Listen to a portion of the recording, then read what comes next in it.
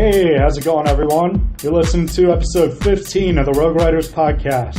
We're the podcast for writers, by writers. We share our personal experiences from 5 very different backgrounds. This episode, we're dealing with something that everybody faces to some degree, and that's conflict and how to resolve it. Okay, so whether it's at work or your family or other relationships, we're sure you deal with conflict, and if you're a writer, you probably deal with conflict and resolving conflicts also for your characters. So we're going to find out how our team deals with conflict. So joining me here, we have 4 talented writers, so let's meet them now. For our intro questions today, we're going to talk about, we'll state our name and what we do. Then we're going to talk about a film that is an excellent example of conflict resolution, okay, and also why that resonated with us. So, Gerry, would you like to start us out? Oh, sure. Hi, I'm Gerry. My movie is Legends of the Fall, and I chose this. It was kind of one of those movies that just popped right into my head when this topic came up. And I hesitate to say that I'm not a big Brad Pitt fan. For the most part, although he's done several quality movies. Yeah, he's done awesome movies. But I don't know, something about him is a just solid actor. I don't know. Anyway, the movie itself, the conflict for me that I really thought was poignant was Brad Pitt as Tristan, the rebel guy in the family. And Anthony Hopkins played the dad, and the other 2 sons, one was Aidan Quinn, I forgot the other guy's name, but he was the younger brother. And all the brothers had different roles within the army at the time. And Tristan, Brad Pitt, i.e. Brad Pitt, was kind of on his own crusade. He just felt like he had this full-on mission to conquer something. And I don't know if it was his own inner demons or if it was the opposing side based on when his younger brother got killed. He went on an all-out mission to kind of get that squared away. Long story short, I feel like he was conflicted internally, with his father as well. He loved his father, however, and his father kind of had him as the favorite, but he always left. He would come home for periods of time, kind of check in, create this drama, ride over the hill with a massive herd of horses, and he was just kind of one of those real rebellious characters that I loved. Even though I didn't like him per se, but I thought he played the role really well. But yes, I believe he was internally conflicted, and then he created conflict within his family because he was the chosen one from his dad's perspective.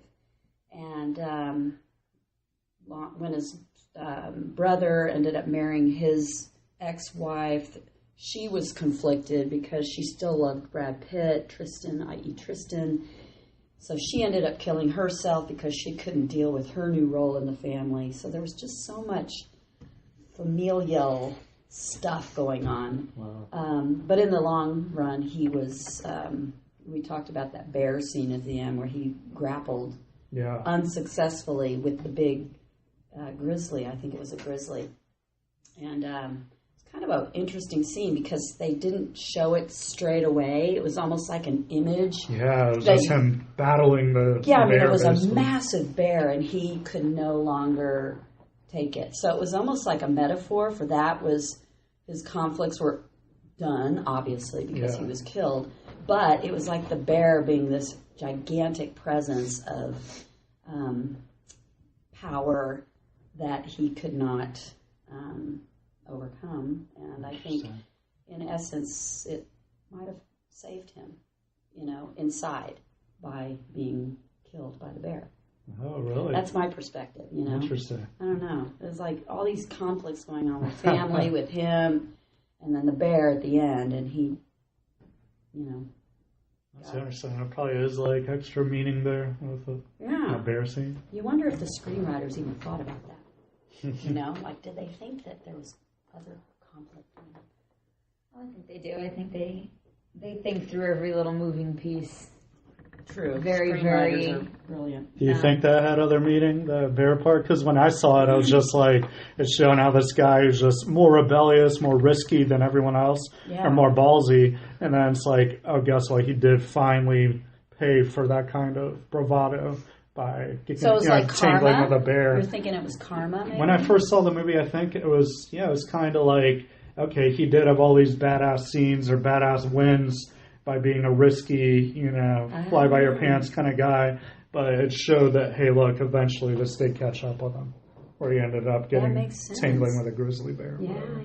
But there's a lot of ways to look at it. It's really interesting. But I can see that, conflict all over the place. Just smattered with conflict. Yeah, no kidding. That was really interesting.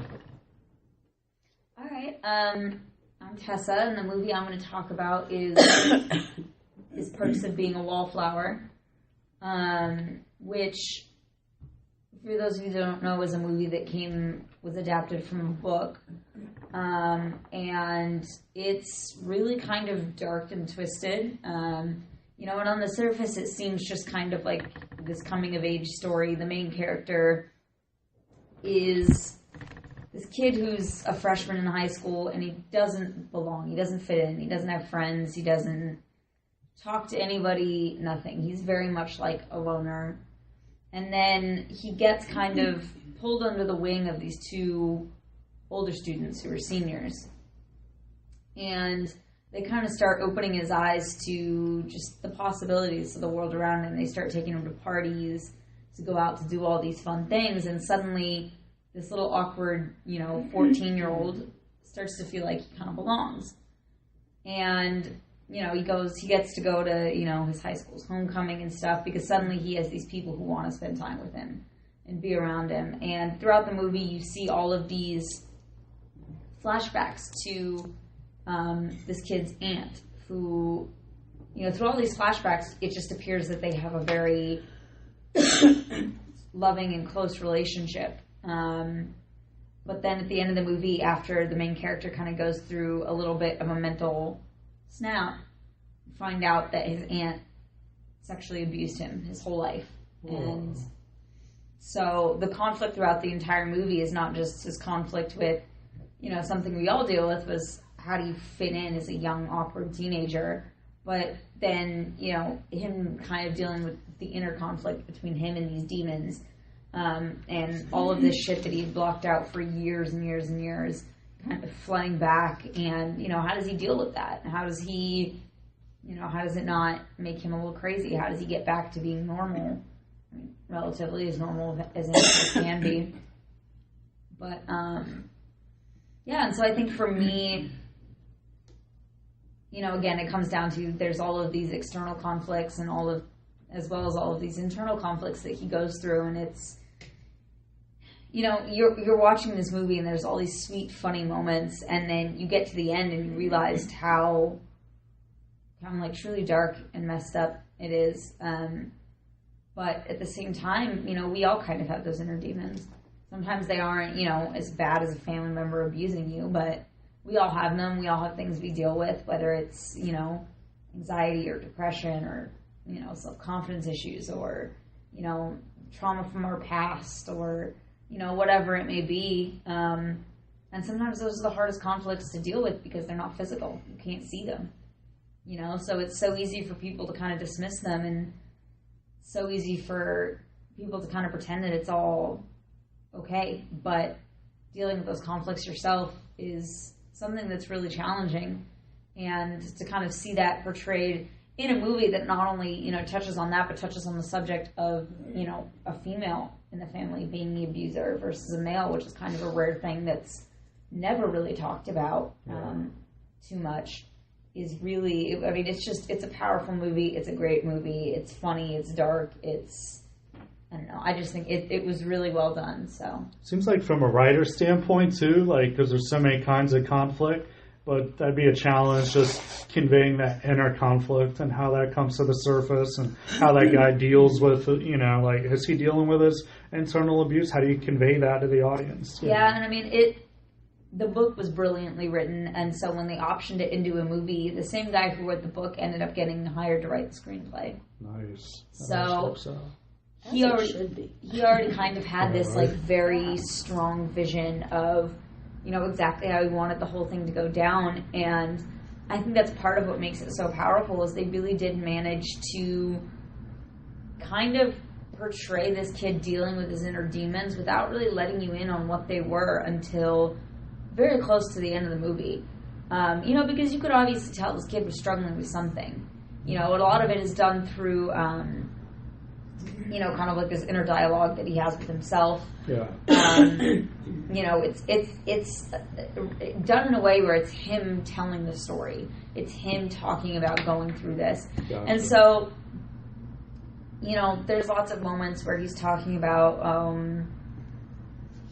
you know, I started to feel like I was losing my mind, and very like in the first person.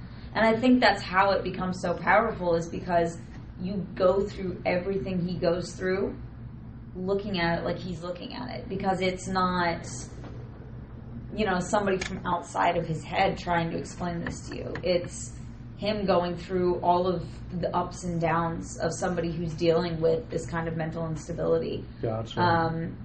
And kind of what happens when he's kind of forced to reveal to his parents what happened to him because they didn't know.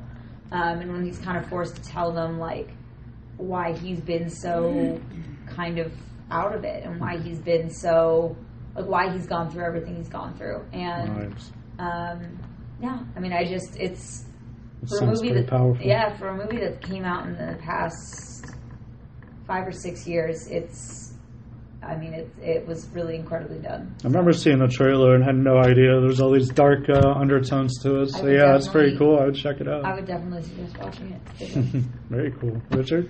I picked The Wanderers from 1979. It's a coming-of-age movie. It was written by the novelist Richard Price. It was his first book. And it's interesting in a lot of ways. One thing about I rewatched it, which was good because I misremembered a lot, hadn't seen it in a while. But one thing, it's a coming of age movie, and it's kind of a 50s movie, even though it takes place in 1963, 1964, and it kind of shows how the 50s kind of merged into the 50s into the 60s. It ends out. Spoiler alert, it ends, this guy walks into a coffee shop and hears Bob Dylan singing The Times They Are Changing. Not very subtle, but the whole movie has this whole kind of 50s ethno gang New York feel, and then it ends with that. And you get little hints that things are getting a little different. The Kennedy assassination is a big part of the movie as well, and how it affects all the people. But basically, it's a coming-of-age movie about a kid named Joey. He's in this gang called the Wanderers. He's got a dad named Emilio. Emilio is a gigantic jerk, and Joey's kind of scrawny, and the dad really doesn't like him, has contempt for him. His dad's this big macho guy who's always lifting weights, and he actually makes his wife measure his biceps. And, they're 15.5 today. Oh yeah, he's a real character. He's got some guns then. Huh? Oh yeah, real narcissistic jerk, you know. Yeah. And then there's a couple other characters. There's Richie, who's Ken Wall, who he was in the TV show Wise Guys, which was pretty good with Jonathan Banks a few years back, where he played an undercover guy who was supposed to be in the mob, but he really was an undercover agent. Jonathan Banks was back when Jonathan Banks had hair. But if you ever get a chance to see that show, it's really good. But anyways, Richie always plays these kind of Italian. Ken Wall always plays these kind of Italian, New York kind of guys. You know, he got typecast. This was his first movie. But anyways, and then there's Perry, who's an older guy who lives next door to Joey, and he becomes kind of Joey's father figure. And he's kind of a tough guy. Sure. And so what happens is, so there's all these different gangs, and Richie ends up having to he knocks up his girlfriend, and his new father-in-law is kind of a mobster. He owns a bowling alley, but he beats people up and robs people too. Yeah, all kinds of characters in the movie. And Richie, he says, "Richie, you're going to marry my daughter. We're going to beat the hell out of you." So Richie marries his daughter, and so then the father, the guy who owns a bowling alley, they were going to have a fight with a big the Dell Bombers and the Wanderers were going to have a big fight, but Richie's new father-in-law says, "No, we won't do that. We're going to have a football game." So at the end of the movie, they arrange this football game between the two gangs, and all the other gangs show up. There's this one gang named the Wongs, this Chinese gang where everybody's named Wong, and all the gangs are in this. It's racist. Yeah. You couldn't get away with a lot of stuff that was in the movie probably today. And then all of a sudden, in the middle of the football game, this gang that everybody's scared of called the Ducky Boys shows up, and hundreds of them just come out of nowhere, and they beat up everybody, and then the two gangs, the Wanderers and the Dell Bombers, and Emilio in the stands, and all the other gangs who are watching, they actually all fight against the Ducky Boys. They have this gigantic brawl. Oh damn! And then sounds like the Warriors. It's crazy. And then so you're expecting like this one fight, and then it's going to be a football game, then you have this giant brawl, and then afterwards, finally, that's right near the end of the movie, and then finally at the end, Perry's just sick of his dad's. Joey is, so he spends the night in Perry's apartment, his neighbor, and then Emilio comes in drunk the next day, his dad, and starts picking on Joey. Perry does fight Emilio. In fact, he hits him over the head with a bottle, and they don't know if he's dead. And then Perry and Joey run off to California. They just get in the car and just leave to California. And then Richie, who's been forced to marry this one girl, there was this other girl he was really interested in named Gina, and he sees her walking down the street, and he follows her.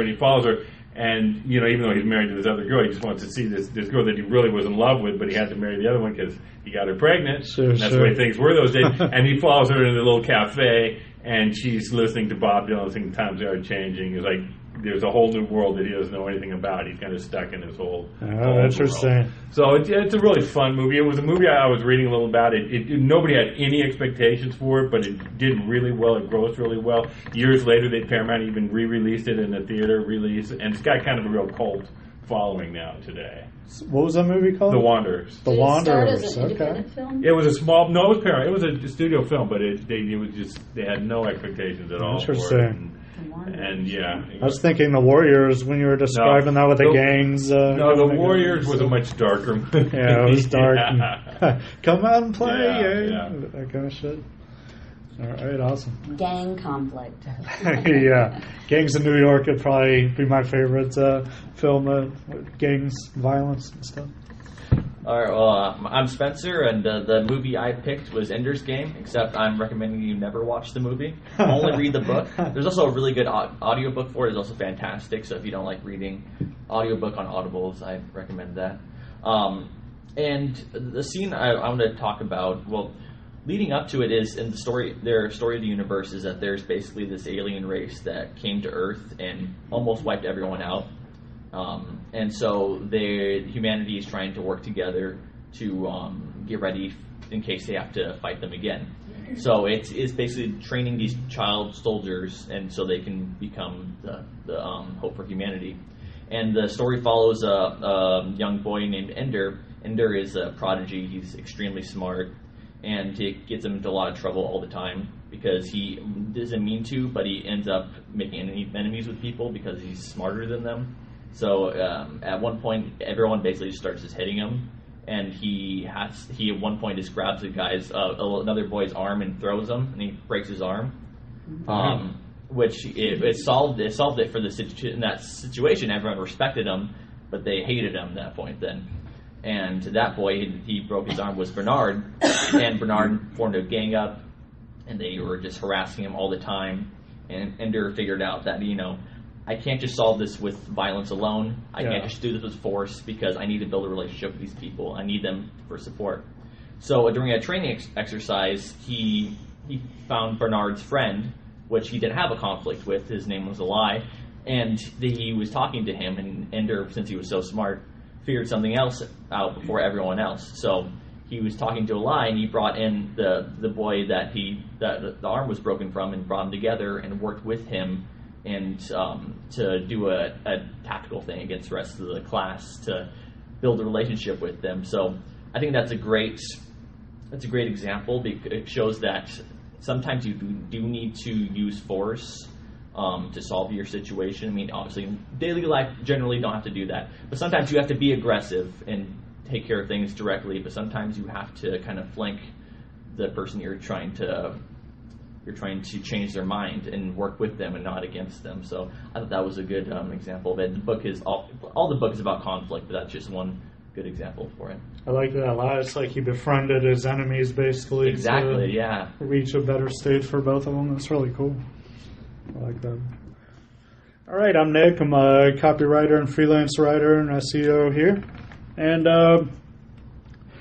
I'm a big fan of the Batman movies with Christian Bale, especially. Christopher Nolan did an awesome job of those movies. And I think a lot of them have strong themes. And the one I'm going to talk about is Batman Begins. Okay, so in Batman Begins, it's basically telling the origin story of Batman.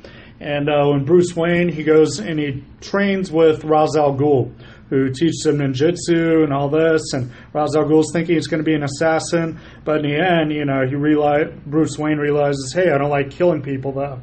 So in the very end, when he's trying to have him execute somebody, he instead sets the whole place on fire and escapes.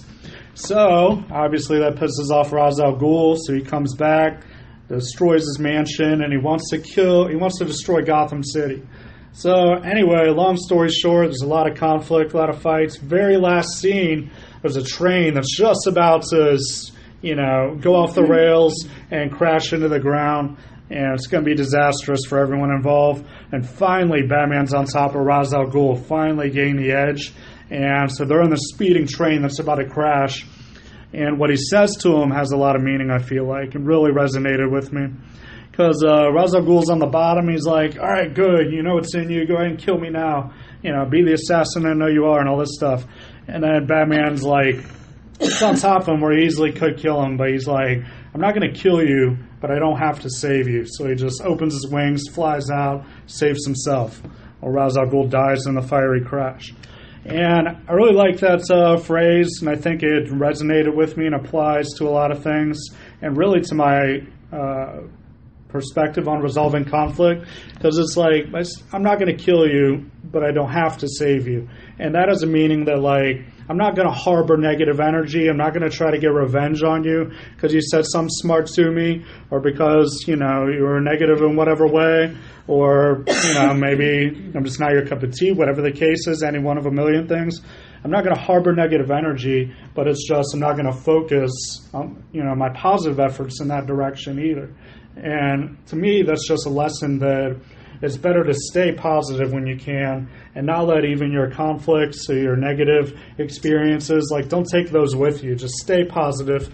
And if one channel isn't accepting as accepting of your positivity, fine. Maybe you don't, focus your efforts in that direction. And so that's just a lesson I learned from that movie, and Batman's awesome, so there you go. So, all right. And Christian Bale's awesome. That's right, and Gerry's a fan of Christian Bale. She's made that known. Great actor. All right, guys, so, man, did you have a good weekend? We're in the midst of a crazy heat wave. How'd you guys deal with that? For me, we went to Aquatica, that water park in Chula Vista. I don't know if you guys have been there, but it was a fun place. They have a wave pool. Man, we got there 15 minutes before it opened, and already there was a decent line. But by noon, there was a friggin' 10-minute wave just to get in the lazy river. So no way. Yeah, it was nuts. It was kind of ironic. Yeah, but you had to wait to get in the lazy river. I know it is. There's an irony there for sure. So it's all over the news that it's going to be so hot and everything. A lot of people have the same idea. But what did you guys do this weekend? I think it's because it's so humid, too. Friday was dry heat, so that was okay. I mean, it was still hot, but over the weekend, it's just been like Florida. It's been hot. When people are like, oh, it's a dry heat, but, the reality of it is, at some point, hot is just freaking hot. So my mom's family, they live in Chicago, and it gets very humid in Chicago in the summertime. And when I lived in Arizona, when I went to college, it'd be 115 degrees outside during the day in the middle of summer. And every time they were like, oh, yeah, but it's a dry heat. And I'm like, it's still 115 it's still effing hot, degrees man. outside. I just right? dry heat. Dry heat I can be in. But it's just, it is a difference, though, because if you go to Florida, 5 minutes outside, you're just dripping sweat. And it's oh, I understand, but to tell somebody that 115 degrees is fine because it's a dry heat is that's freaking still ridiculous. Hot. No, you can still cook like bake cookies on your dashboard in that kind of heat, which I have done, by the way, if you ever want your car to smell amazing. But I also think it depends on the person. Like some people can really acclimate to heat, nicely and not be all pissed off. I'm not that kind of person. I don't like super hot climates. Even if you acclimate, it's still hot. Like you still know. I know it's hot. I know it's hot, but I'm just saying it's. Some people acclimate to heat better. Yeah, I've always dealt better with heat than cold, which is why I left Colorado, because ain't nobody got time to shovel their car. Yeah, I cleaned pools for about 5 years, so I cleaned pools in the summer, and sometimes we had huge heat waves. And you're talking about is once you get to a certain point, for 110 degrees, it doesn't really matter. It doesn't really matter because you're still. Did you jump in the pool to cool off? I'd be dying to jump in the pool. Totally you're still sweating out every drop of moisture your body has ever contained. At some point, it's just ultra hot. Yeah, and I do agree that the humidity makes it a little bit more uncomfortable because it gets sticky. In the air, but hot's still nice. hot. Yeah, it was hot. It was in Los Angeles. It got up to 117 degrees. No kidding. And they had a power outage. Yeah, their power grids got. That'd be brutal. It's funny because in San Diego, a lot of people don't have air conditioning. Yeah, 80% of houses don't have AC. I don't have because you don't need it because it's like the city with the thermostat. BS in these months, man. Although because September's the hottest month, and it's brutal. Though, too, because of climate change. Good point. I stayed out of the heat and set up my HTC Vive and played VR all weekend. So that was fun. There you go. I didn't stay air conditioning. Oh yeah, definitely. You you can't do VR and that. I didn't. Virtual reality. Yeah. Where'd you do that? I just have I have a computer, so I just hooked it up to that. Oh really? Yeah. Nice. What kind you got? HTC Vive. Oh cool. Very cool. It's fun. My house does not have air conditioning, so I spent very little time inside my apartment. You live at the beach, so did you guys just go swimming the whole time? Oh, it's still it was probably packed. Yes and no. Sure, it was packed. The water would feel nice though. I got some work done. I sat at a coffee shop on Saturday to get some work done because I couldn't work inside my house. It was too hot. But news break. They have fans going on there, so it's not too bad. Yeah, you know what's surprising though is even a lot of those businesses don't have air conditioning. Whoa, really? That's unusual. No kidding. A lot of the coffee shops. I guess they're right along Ocean Beach, though. They would figure they get a breeze and all that. Well, that and those buildings were built in 1960 something, and it's just they didn't. Ocean Beach was a lot more open back then, so there wasn't as much buildings and people to create kind of this stifling, tightly packed situation. And I mean, it definitely was cooler out near the water, but it still got up to 95, 90, almost 100 degrees there. Damn, because the water, if it's just temperate outside 70, the water's cold a lot of times. So in this kind of weather, I would think it'd be perfect for boogie boarding or whatever. I don't know if the water heated up that much, but I feel like it would feel a lot colder because the temperature difference between the air and the water that's what I'm saying. So much greater. It'd probably feel great now because it's so hot outside. I don't know. And it might rain, I think. Oh, really? It's a little overcast outside. It's nice. The humidity. I'm glad that heat wave only lasted a couple days there. Yeah, it's supposed to drop back down into reasonable San Diego temperatures this week, so that's good. That's awesome. So in general, staying inside's your plan when it's 100 degrees out, you guys? Oh, yeah. Yeah, so I remember Spencer saying that. You always end up out. A little bit inland. Yeah, when was the last time it was that hot in no San kidding. Diego proper? It's been a while. And then, I saw on my Facebook, my buddy Cottrell took his family out hiking or whatever, and man, that was looking pretty brutal. Did they? Yeah. Damn. It was so funny. It's too hot. I knew there'd be some hardcore people running up there with their dogs and stuff. They don't want the city to spend money on rescuing True. those that aren't taking water, dogs that are, out. You see helicopters going up there a lot. We don't want to spend money rescuing everyone. You see that kind of you see that kind of stupidity in Arizona all the time. Where the middle of summer, people are it's a great idea to go out at noon and hike a mountain. You're Camelback Mountain. Oh man, why would you do that? Yeah. But I saw this thing on Facebook that was a map of the United States because almost all of the United States was in a massive heat wave this weekend. So it was almost 100 degrees everywhere, except for San Francisco where it was 65. Oh yeah, I believe it. Yeah, well, it's really nice there. An interesting nook. They're in They are, yeah. It's just water always water cool. here. Yeah, it's always Yeah. kind of cold. That's a place, actually. yeah, It's if you don't so mind funny. cold breeze, because I loved it. I was in heaven when to Yeah. San Francisco's. I love the little bit cold, like 65. I love visiting San Francisco, but I don't think I could ever live there because, like, you think San Diego is bad, like San Francisco is a whole other level in I terms mean, in of just, terms like, of cost. cost, people, crowdedness, traffic, just like it's It was fun, and we had a hotel like right on the good wharf, restaurants. So much exploring, good and seafood yeah, great food. Yeah, And it was good awesome. culture. Japantown, going to the ramen place there, that's phenomenal. super fun place to visit. Though, really like to visit. Absolutely. All right, very cool. It's good to hear how everybody deals with the heat we're having and what everybody's been up to. So, Gerry, you have a author profile segment right here. You want I to? do.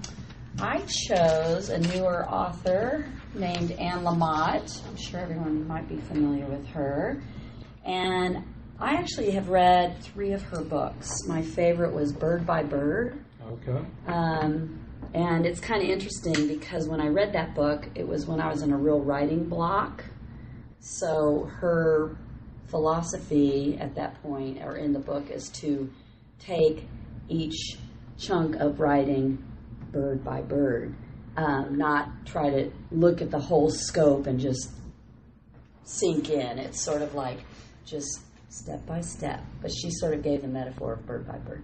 Anyway, she is actually, Anne Lamott, I find her prose very insightful, relatable, and she's kind of like a best friend in a way, but she's also very progressive. She's a political activist, a public speaker, and a writing teacher. And she's had her own demons, her own conflicts with alcoholism. She's really gotten into Christianity, and, you know, we can leave the religious part out of it because that's her own thing. However she recovered. Yeah, but I think for her alcoholism, it really helped her overcome, you know, to kind of be involved because they base a lot of their steps on having a higher power. higher power, you Very know, true. in meetings and whatnot. You know, it's all about that. Mm-hmm. However, she, I think she describes herself, which I really like how she describes, you know, because when you have to do a bio, I don't know if, you know, if you ever do a writing bio, it's not easy to write about yourself, like what you have to put down on paper with certain pieces. You have to write your bio. Oh, she's passionate about, you know, just in the third person or something. I find bios weird. Yeah, I recently did a guest blog where they had me write a bio. I'm like, oh, this is weird. Like, And then I had you to think don't, about it totally differently. Yeah, and then you're not sure what you bring into play, and you know, I like to go out in nature. I don't know, it's just kind of weird. Anyway, but this is how she describes herself, which I really like. I try to write the books I would love to come upon that are honest, concerned with real lives, human hearts, spiritual transformation, families, secrets, wonder, craziness, and that can make me laugh. When I'm reading a book like this, I feel rich and profoundly relieved to be in the presence of someone who will share the truth with me and throw the lights on a little, and I try to write these kinds of books. Books for me are medicine. I started actually following her on Facebook a couple of years ago, and she's not one that posts like daily or anything, but when she posts on her Facebook page, it's usually lengthy. It's like really? a big story, and it's about something not necessarily within her group, alcohol AA group, so to speak. I think you're supposed to be kind of anonymous with that stuff. Yeah. One of those letters is anonymous. I just said, however, the highlight for me is every time she writes something, it's so, I can just like gravitate towards it because it's a story of something relatable, you know? And she writes to you. She doesn't try to be on a high horse or anything. She just writes very consistent and storytelling. And I don't know, I've always found her to be interesting. And she did a Super Soul Sunday with Oprah one time too. Oh, really? Yeah, and that, of course I watched that because, you know, not only did she talk about all her books, but she spoke about her life. And she finally met a man. She after so long, has finally met someone who she can cohabitate with, because as her own rebellious nature, she's been a little bit tough to be around. And so she found someone that she can really sidle with and share stories, and she does a lot of public speaking, and she's my go-to person. Nice. What works would you recommend by her if somebody was curious? Well, I like Bird by Bird. The other one was Rosie. That's another book I read. Let's see. Crooked Little Heart is another one. Blue Shoe. Oh my gosh, she's done those are her novels. Her nonfiction, Small Victories, Spotting Improbable Moments of Grace. Her latest one that was published in 2017 is Hallelujah Anyway, Rediscovering Mercy. And it sounds like it would be a religious thing. Yeah, it does. But it's Hallelujah. Yeah, and it's not. I think she took that from Leonard Cohen, she kind of went that route. But it's more of her own triumph over her demons, her own demons. And everyone had, like you were saying earlier with your movie, everyone has demons, Yeah. It's just how do you overcome? And if you want to write about it, you're being vulnerable, you're sharing your vulnerabilities, so it's kind of memoir style. And it's easy to gloss over it, the shadow sides of us, but she doesn't. She just goes full on into it. Interesting. Wow. That's So, really yeah, cool. I've always liked Anne Lamott. I think she's pretty cool. And she has little dreadlocks, too. She's got really super short hair and these little spiky dreadlocks that come out of her head, and I love it. Oh, that's pretty wild, man. Very She's bohemian. She's a bohemian. She's a hippie. I dig her. Nice. Very cool. All right. So, awesome author profile segment. So then, for our main topic is conflict resolution. We're going to talk about a time outside the office, just to keep everything cordial, that we had a conflict and how we dealt with it. So I think our strategy and how we resolve the conflicts is going to be interesting and important to hear. So, Spencer, do you want to start off with switching direction? Sure. All right. So the conflict I wanted to talk about was with a stranger. And it's I'm a huge nerd for board games and card games and stuff like that. So sometimes I go to meetups and things like that. And this particular Saturday, I went to a coffee shop, and that was before my main group of friends got there. So sometimes I showed up early to meet some new people and try new games and things like that. So I met a couple of guys there, and so I said, I want to play a game. So we played a game for a few minutes. And one of them decided they didn't want to follow the rules, and they just wanted to grab extra cards. And in this game, you only have 2 cards, and that's just the way the rules are. You tried to grab 3, and we tried to say, no, I'm sorry, maybe I didn't explain it right. You only can have 2 cards. You can't show them to anybody. The game doesn't work if you have more than that. And he goes, no, this is my card. And I said, no, you can't do that. And he started to stand up and get aggressive, and another gentleman we were playing with, he was getting more aggressive too. I could tell that probably something was going to start between them and was not looking good. And I know the owner there, so I don't want any conflict in his business or anything like that. So what I had to do is just to say, all right, well, you know what, we can't agree on this, so I think we should just end the game here. And I had to collect everyone's cards and then walk away. And I think that the major thing I took from that is that sometimes it is not always the right thing to walk away, but sometimes it is. And you have to know when it is the right time to walk away, especially with strangers. You don't have any relationship with them. They're not your friends. They're your family. They're your coworkers. You don't have any obligations to them. So you don't know what that person's background. Most likely he had some sort of social anxiety or something. He had his personal problems. He has personal demons he needed to conquer. But it's not my responsibility to take care of that for him. He has to take care of that. Or he had control issues. He wanted to control the whole thing. Yeah, I don't know him, so and without the relationship, without the favor to speak into the favor to speak into his life, it's not going to help anything. So sometimes, especially with strangers, you just have to walk away. Yeah. I thought what was cool about that too is it wasn't just like it wasn't just walking away. It was kind of an assertive approach, because you're like, all right, I'm going to take control. I'm going to end this, put it away. You guys obviously can't handle it. Versus if you were just like, oh my God, conflict, left the game there and just bolted out the door. Yeah. So it was like intelligently, assertively, ending the situation, and then, it was like you put an end to the whole source of the conflict. That's the other thing, is not to be, you don't need to freak out about it. It's not have to be a dramatic thing. You don't have to make a scene. You say, I can't handle this. We obviously can't play a game together. So let's get to be done. Throwing the board everywhere. Yeah. So, or like, you AOs can play. Just to remain calm and solve it in most simple way possible. Games. I remember 2 friends of mine almost went to blows over a Monopoly game. We were grown enough. Monopoly is some serious stuff. Yeah. Like, don't talk when I'm doing my deal. Oh man. And poker. The rules. Poker, that's different because it's people's money, and poker. And people drink when they play poker, and that's never a good combination. I've definitely seen a lot of conflicts with poker. I always had a time limit on poker. If it went beyond like 3 hours, I'm like, all right, all in, man. Let's just end this thing. My dad, it's so long. When I was a kid, my dad taught me how to play Texas Hold'em using snacks like goldfish. Oh, there you go. There you go. There's 5-year-old me was sitting there playing Texas Hold'em with my dad. It was crazy. That was a family habit for us too. We'd all play poker sometime.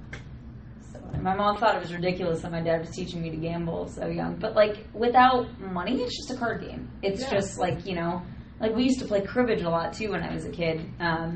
Because that was a game that, my dad being an engineer, he loves math and numbers and stuff like that.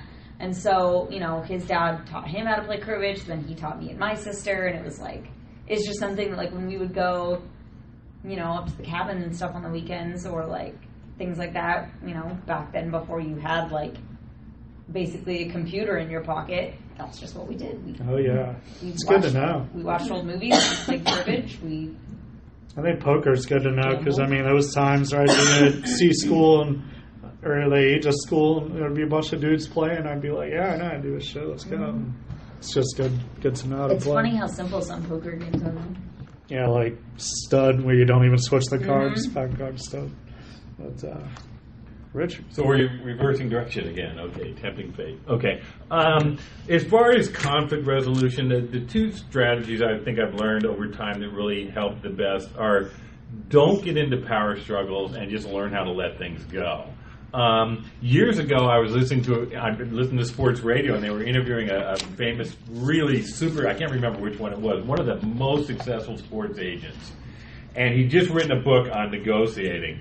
And his whole key was don't back people into corners and don't let people back you into corners. Always give people an out. It's funny because Sun Tzu said the same thing. He said, when you surround an army, give them an out. Don't completely surround an army or there'll be a bloodbath. But he said in negotiations, a lot of times people just want to, they want to, screw people into the ground and really, get the best of them. And that usually ends up just blowing up in their face. And he, as a sports agent, he'd have to work with these guys, these owners, over and over and over again. And so, if it got to the point where he had such acrimony with certain owners, players would say, I don't want to work with you. My owner hates you because of this problem you have with them in the past. So don't back people in the corners. The other thing is just learn to let things go. Emily Dickinson said, I had no time to hate because the grave would hamper me, and life was not so ample I could finish enmity. I mean, there's just no time. You're going to die. You have so much time between now and you're going to die. You want to spend your whole life being pissed off at people and hating people and resenting people. A lot of people do, man. It's just so not worth it. Yeah, a lot of people are motivated by their hostility. But it's just so not worth it. And anger causes heart disease, literally. I was just going to say, and you get a heart attack. It's bad for your. Absolutely. It's bad for you. It's just not healthy, and there's no, when you hold on to stuff, and it's good just to just breathe, and yoga helps a lot, and just don't make it part of you. And when I taught kids for a number of years, and a lot of my colleagues would get into these ridiculous power struggles with kids, and they get so mad, and I realized no matter how bad a day you had with a kid. You couldn't go home and say, I'm going to get that kid back next. I knew people like that. They had this. I'm going to get him back tomorrow. And I'm going to get him back. And it's like, no, you just got to leave and you just got to start every day fresh and not hold on. And sometimes I even have colleagues who they had a kid 2 years earlier. Did you have that kid? That kid was awful. He was doing this and this. I hope you're chilling. I'm like, no, we're fine. It's okay. And it's like they wanted me to punish this kid today for something they did to him 2 years ago. because they were still holding on to all this rage. And the ridiculous thing about this is these are kids. I They're know, not supposed to know better. There's a lot of times people for who's a kid and who's a grown-up, right? You're the grown-up. That's something you got to remember when you're a teacher or a parent, you're dealing with kids. I've seen parents do the same thing, get in these struggles with their kids that last for decades, and it's like, who's the grown-up? If you could read a transcript of you two talking, could you tell who was the kid and who was the grown-up? Yeah, and sometimes that's not always the case. So the biggest thing I learned is just leave everything there. Don't bring it back with you, no matter what happened, no matter how bad. Just learn how to let go, learn how to forgive, and just come back the next day. Don't try to back people in the corners. Always give people an out. It's really important. That makes sense. Yeah. Good advice. Now we're Very going. good advice. All right. So mine has to do just with conflicts with family and stuff like that. We all have them, whether they're just little spats or in some cases conflicts that last for decades. Which, as stupid as that may seem, they happen. But over the years, I've kind of learned, and I used to deal with this a lot with my dad. Me and my dad are two very, very different people. We are just two very different ends of the spectrum. He's very analytically minded, there's a series of steps. You follow those steps in numerical order, and you get the desired result. And as an engineer, that has served him very, very well throughout his career. I'm not like that at all. You're the opposite. Yeah, quite obviously, as somebody who's a creative and a writer and stuff like that, I don't necessarily think that there's always just one path to get to a desired result. There's a lot of different ways to go about it. And because of that, me and my dad, the different ways we view the world, we'd get into screaming matches, like a lot, and it was just like not good. And of course, being the petty little child, it always ended in, I hate you, stomp, stomp, slams the bedroom door. And now that I'm older, it's funny because me and my dad, we still get into fights, because, nothing's changed. We're still very different. But it's gotten to this point now where, once the phone gets hung up or once, we walk out of the room or whatever, that's it. Conflict over. If we need time to cool off, that's fine. But there's no more of, the I hate you or I don't want to talk to you or anything like that. And I think through learning that with my dad, I've, learned how to deal with just kind of people in general like that, because at the end of the day, it's okay to get into fights. It's okay to have conflicts. It's okay to butt heads with people because people are very, very different. And, it's an unrealistic expectation to believe that any relationship, whether it be family, friend, significant other, is ever going to be without arguments. Me and my significant other, we've been together since I was 19. And to think that, I haven't changed since then in the past 4 years is kind of ridiculous. And, of course we get into fights. Of course those things happen. But, again, something I learned from kind of butting head with my dad so much is that just you can't, while it's unrealistic to expect that you don't have conflict, how you deal with that conflict determines whether or not, you're going to be okay, whether that's, friends or family or whatever. And so I've just kind of learned that, get into your fight, but when it's time for it to end, it's time for it to end. Say I love you, go cool off, and just move on. As Richard mentioned, there's no point in harboring a grudge or anything like that, or bringing. My biggest pet peeve in life is when people try to bring up, conflicts or arguments that happened weeks ago, years ago, months ago, days ago, whatever, when you get into your next spat. And it's like, no, that was yesterday's problem, So bringing those kinds of things back around is never the way to go about it. That's a good point. And one takeaway I got from your part is that there's varying levels of conflict, too. Just like if you're going to get in a physical altercation with a friend who's drunk and thought you were talking to his girlfriend too much or something, you would handle it you would just try to subdue him peacefully and not really hurt him, versus somebody that you saw come up and try to steal your wife's purse. You'd probably be hitting him to kill him. And it's the same with conflicts. If it's a family member, you're probably going to be using different words or different terminology, or that kind of thing, or maybe trying to at least to be a little bit cordial, since it's ultimately someone you love, versus someone who was just on the street who was just outright disrespectful. He didn't have any dog in the fight for. And I mean, I think that was like another thing I learned as I grew up is I was never, I wouldn't say disrespectful towards my dad when we would get into fights, but I definitely push his buttons. Well, I definitely, when I was 16, 17, 18, like most people, I decided and figured that I was old enough to be treated like an adult by my parents. And, that wasn't necessarily the way that my dad saw things, because his house, his roof, his rules. Sure. And it wasn't, and even after I left for college, he still kind of saw things that way. And it wasn't until I'd been away at school for maybe a year and a half or two when he realized that suddenly I had a lot more power to decide how our relationship was going to go. And, as petty as it might sound, sometimes when my dad would piss me off, I'd go months without calling him. Wow, damn. Which is like me being a little bit of an asshole, sure. But, it's funny because now me and my dad, we have the kind of relationship where, like, we don't go more than 3 days without talking to each other. Sure. Because we've kind of learned how to bond around our differences a little bit. And so we're much closer now than we were when I was a kid. So your conflict made you closer ultimately then, and now you're Me and my better sister terms. are the same way. My sister's a lot like my dad. And when we lived in the same house, we wanted to kill each other. We were always at each other's throats, always beating each other up, yada, yada, yada. And she left for college when I was a sophomore in high school.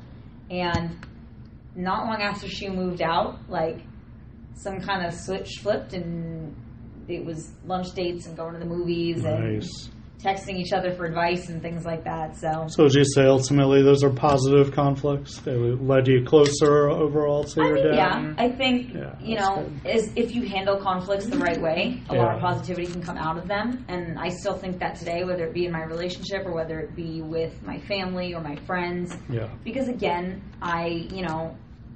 people are different. You're never going to find two people that are exactly the same. Yeah, everyone's going to have conflicts. And if you just try to eventually. shove those conflicts under the rug, like, it's not good. But if you can find ways to, like, work through them, I think ultimately you become stronger because you gain a little bit of a better understanding for sure about each other and how the other one thinks. And that was a big thing, is like, now that I kind of understand the way that my dad processes and he kind of understands a little bit better how I process, we're able to be a little bit more respectful of each other even when we are arguing. Nice. And if it wasn't for those conflicts, that wouldn't have happened. So that's cool. For sure. Very cool. Sure. Okay, mine is actually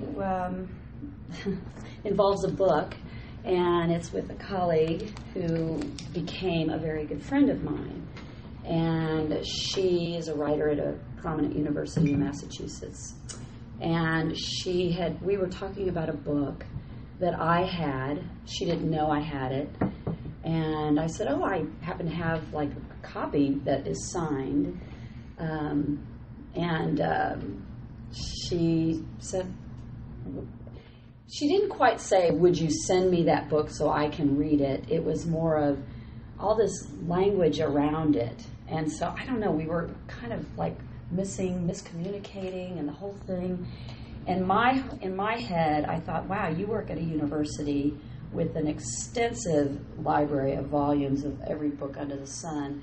And I had this one little book that I was really holding on to. And I thought, okay, do I send her the book because she's really wanting to read it? And it was such an original copy. I think I've mentioned the pages smelled so good, and they were yellowed, and it was just wonderful. And so this was all through email and text conversation. It wasn't on the phone. It was through those means. And I was dog sitting at the time, and I remember I was so conflicted. Like, I want her to read this book, but I don't want to send her my original copy. But yet you have access to this gorgeous library. Why can't you just go get the book yourself or buy it or whatever? So I didn't quite say that in so many words. I just sent her an email back saying, well, I'm not going to send you the original copy, but I know where you can possibly get it. Not saying about her university. And she just got so pissed off and was livid that, not that I wasn't sending her the original book that I had, but just everything around this book. It was just so weird. And I kept thinking, is there other deeper issues with our friendship that I wasn't seeing? Yeah. And so we didn't speak for weeks. And I was on this dog sitting it was during a Christmas holiday, so I was there for almost 2.5 weeks. So that whole time, I'm conflicted, oh God, I don't want this friendship to suffer because I'm not sending her this book. So I had to kind of step back and look at my role in it and what was I being selfish? Was I not sharing something that maybe she wanted that was an original? And so it took me a couple of days, and I didn't, respond. She didn't send me an email or a text, and finally she said, I'm being an asshole. Not me, she said about her own self. And I came back saying, I think I'm being an asshole too. So between the two of us, it was like conflict resolution, that we're both kind of being a jerky. Yeah. And so we compromised, and I didn't send her the original because she said, I understand, like, you don't want to send it clear across the United States from one coast to the other because it could get lost in the mail. And she said, you know what? I do have a great library here at Amherst, and I'm going to check it out. And we had this whole lengthy I'm sorries and all this kind of dialogue that brought our friendship even closer. Because we owned our stuff. We realized we were both just being idiots over a book. And I kind of feel like during that time frame, I was going through my own little crisis of sorts, because I was on this dog sitting. This little dog was cute as can be. I didn't have Scout at the time. But the dog was just a jerk to the mailman, to the neighbors, everybody. Would sit on the couch, wouldn't let me take it for a walk. Really? So I thought, I wonder if that was playing into the whole scene, of my not feeling responsive to the whole situation. I don't know. Lots of times environmental factors come into those conflicts. Sure. But as a result, this was like 2 years ago, and as a result, our friendship has been closer and better, and we communicate, and we own our stuff. If something comes up and she's, feeling not honorable about her word or her action, then she'll mention it, and I do the same. And I think, in essence, that has been the center of a lot of other friendships that I've mended based on ownership of taking responsibility for your part in the conflict, and compromising, and what's my role in that, because it's easy to sweep it under the carpet, as we were talking about, and just kind of let it fester, I'm just going to let it build up, and resentment and all this crap, and then it's just, you get sick, you feel like shit, and what's the point? Your relationships suffer, and so, that was all over a book.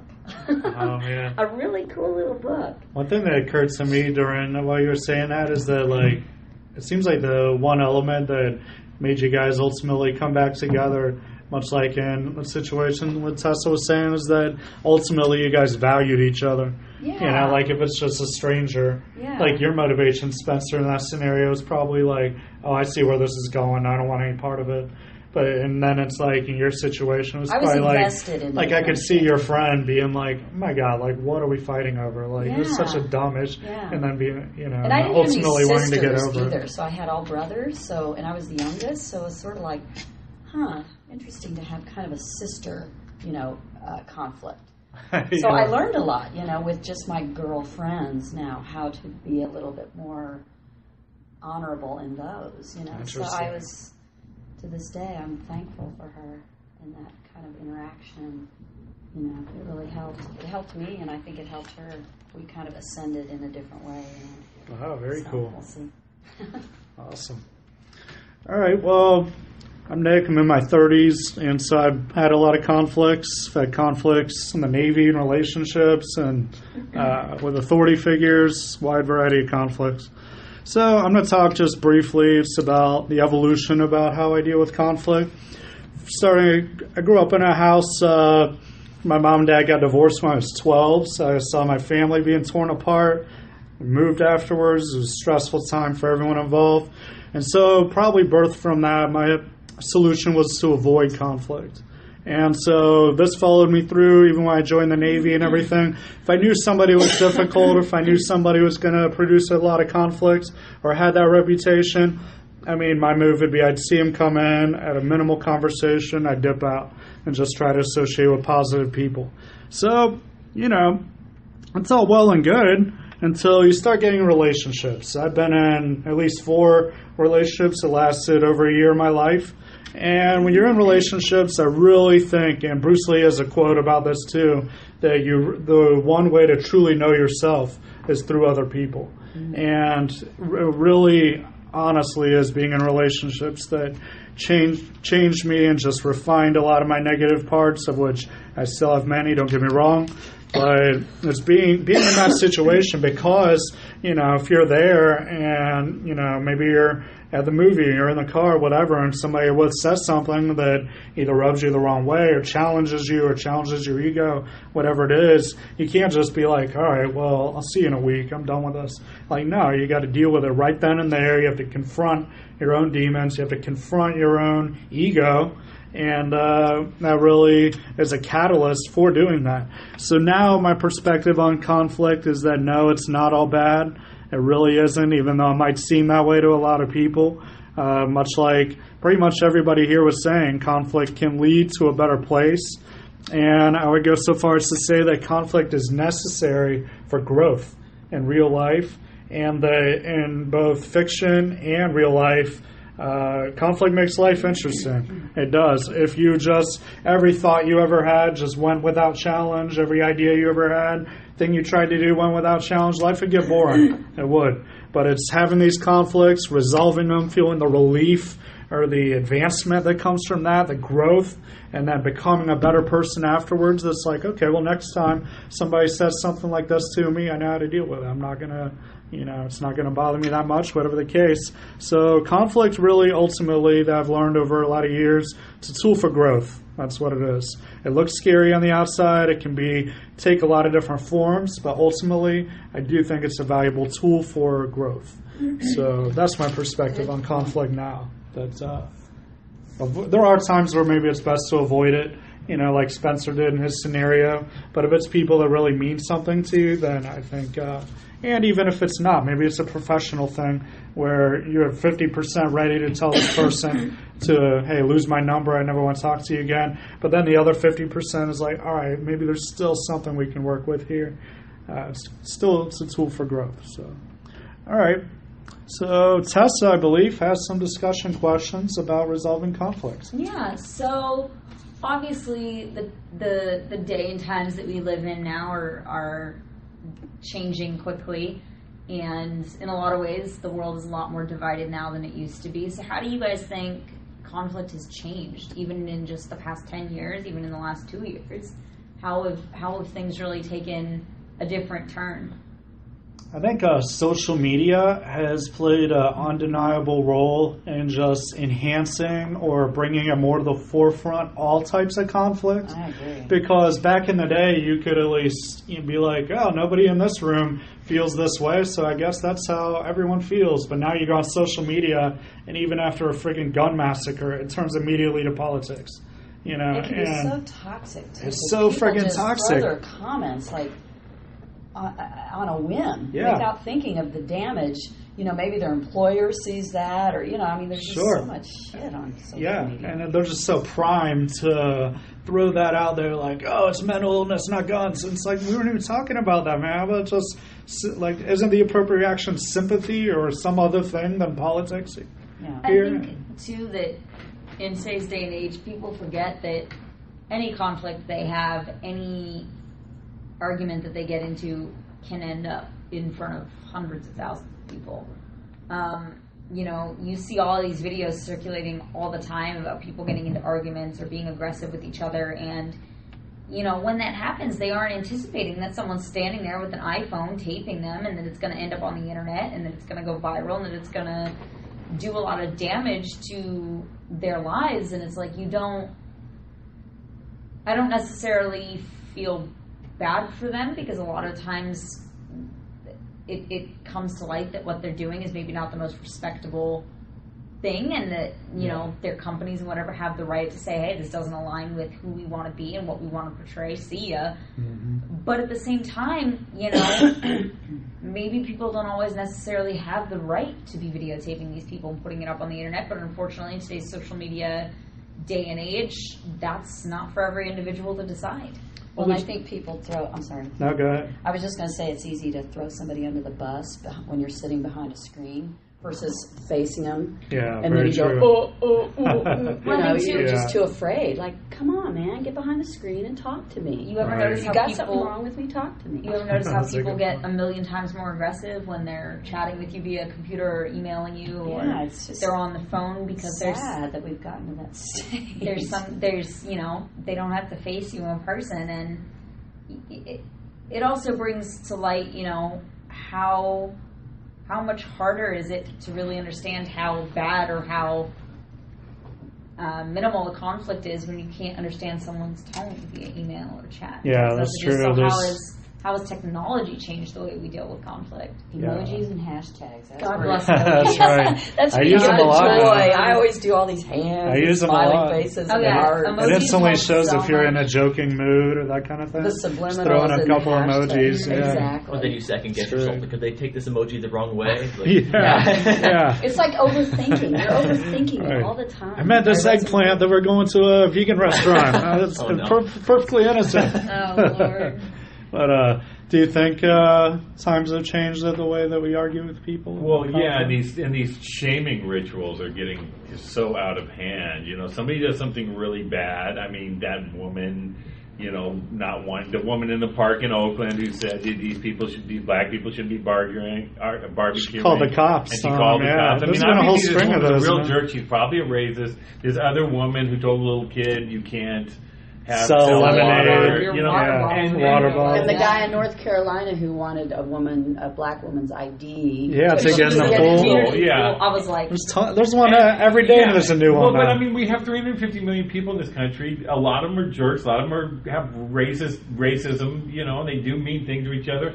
But it's like the whole shaming ritual. Like you're bad. And it's like if you keep things in perspective. I mean, we have this. There's a war in Yemen going on. You know, thousands of people are dying of famine. There's global warming. Yeah. I mean, you know, but this shaming ritual, and you know, some people have suggested that it's largely due to technology, but it also, I think, has to do with a loss of faith in our criminal justice system.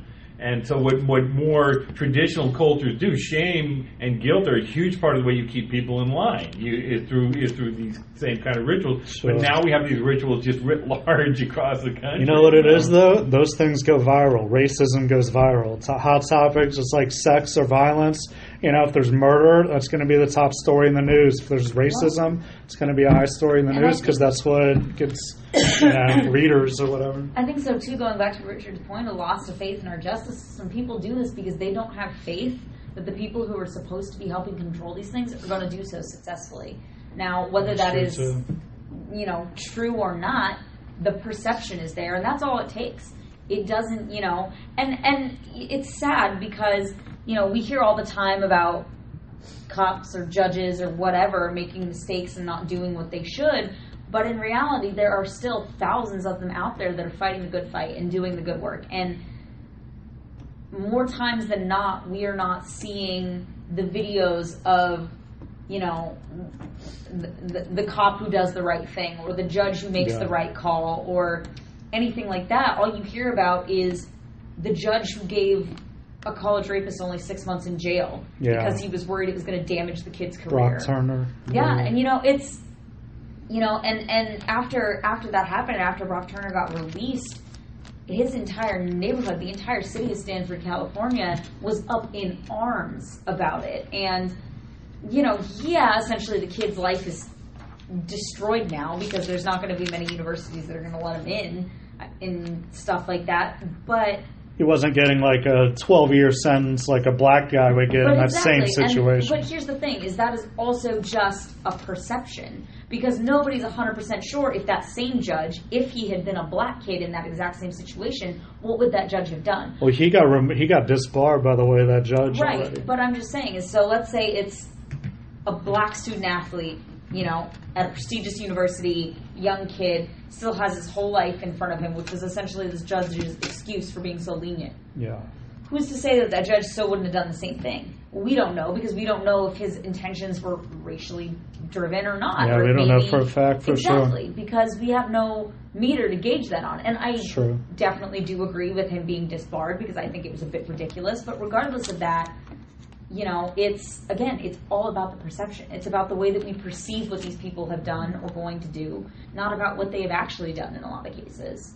It seems like in addition to social media, like what you said, photography, the fact that every single American has a phone, a high-quality phone, or even video camera in their pocket has changed conflict a lot. Mm-hmm. Because honestly, like what you're saying about the cops, I mean, what happened in the past is that's been going on for hundreds of years, and nobody would ever have the proof. And they'd be like, hey, that guy hit me, and there'd be a whole force of cops being like, no, he didn't. He was resisting. Okay, but now we have video, boom, there he is beating a dude.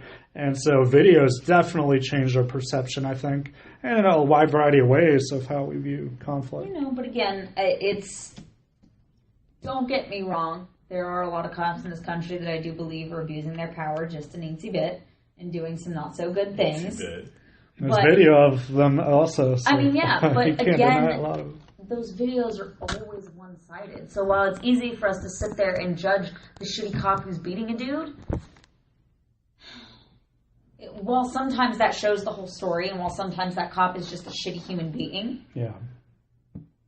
I mean, it's very, very hard to necessarily... A video only shows one piece of the puzzle, basically, is what you're saying. And it could be like that guy could have just been wailing on an old lady, trying to steal stuff, and then all you see is that 30-second clip, is what you're saying. Again, so it's good to do extra research. And again, I don't doubt that some of these cops are genuinely bad people who are genuinely doing these things because they are racist or they have whatever issues their issues may be. You just can't get the full story just But from I also think that there are some of them who were genuinely just trying to do their job and were doing what they thought was best at the time. Now, it's a stressful job. You can't deny that. The other end of that spectrum is the FBI agent who gets drunk and does a backflip in a bar in Denver and picks up his gun with his finger on the trigger and shoots somebody. That's the other end of the spectrum where you're like, okay, this dude obviously should not be an FBI agent if this is how he's going to use his ability to carry a weapon and have a badge and all that kind of stuff. Absolutely. It's like, it was a drunken mistake and it sucks for that dude, but